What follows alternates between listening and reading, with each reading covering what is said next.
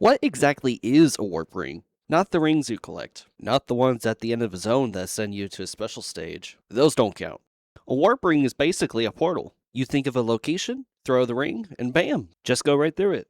If you think the Sonic movies invented that concept, you'd be completely wrong, and the real answer goes back further than you'd expect. Today, I'm showing you where warp rings actually came from, and why it took the games over 30 years to finally get it right.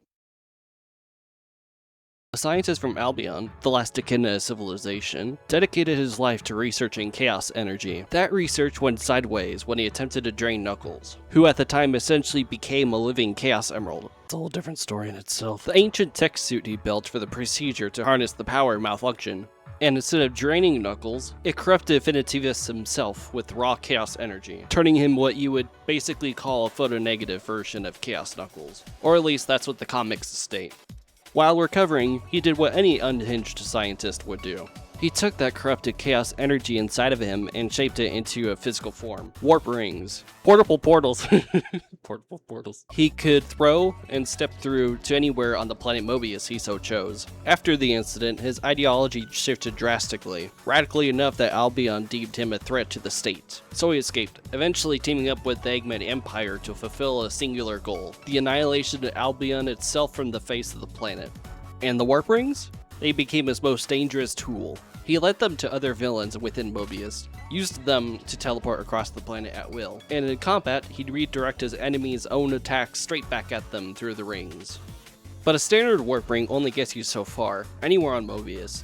Charge one with chaos energy from a Chaos Emerald or the Master Emerald, and the reach extends beyond the planet entirely. Different dimensions, different worlds. One such example is Scourge the Hedgehog, Sonic's evil counterpart from a mirror dimension, and the cooler and superior Surge. Yeah, that's right, get that faker out of here, we're talking about the king in town, baby. Used this variant of the warp rings twice. First, after having his plans foiled, he tapped into the Master Emerald to retreat to his home dimension. He then used the same trick later to break himself out of a multi-dimensional prison entirely with the help of his fellow gang members. So to recap what we know about the warp rings at their core, they're deliberate, they're precise, and in the right hands with the right power source, there's basically no limit to where they can send you. But what about the movies? In Sonic 1, warp rings, or just rings, were introduced early within the first few moments of the film. Longclaw hands them to Sonic as the Echidna tribe closes in, giving him a way to escape to Earth. From there, they became Sonic's primary means of transportation throughout the films. Imagine a location, throw the ring, step through. Same core concept as the comics, just stripped down to for a general audience. No Finitivis, no chaos energy charging, no dimensional prison breaks, none of that. Just a portal that takes you anywhere you want to go. And honestly, as someone who grew up reading and adoring Archie Sonic, I was grinning ear to ear seeing it. Because whether the movie's new or not, they just brought a concept straight out of Archie Sonic back into the spotlight to an entirely new generation of fans who had no idea where the idea originally came from. Which finally brings us to the games. There have been rings that take you to different locations throughout the games, the special stages being the obvious example. But until recently, they all lacked the one thing that makes them truly count as warp rings: choice. Sure, you might be able to choose to go to them, but you can't choose what emeralds to pick. And they don't take you anywhere else in the world like in the movies and comics. That's where things changed after the introduction of the films. Let me begin with the most recent installment, Sonic Racing Cross Worlds. After completing the first lap towards the end of the track, a giant ring appears and two paths open, one pre-selected course and the other random. It gives the player a choice. That is what makes it stand out as a warp ring. In Sonic Frontiers, when you arrive on Orondo's Island, you are greeted with the expansive island.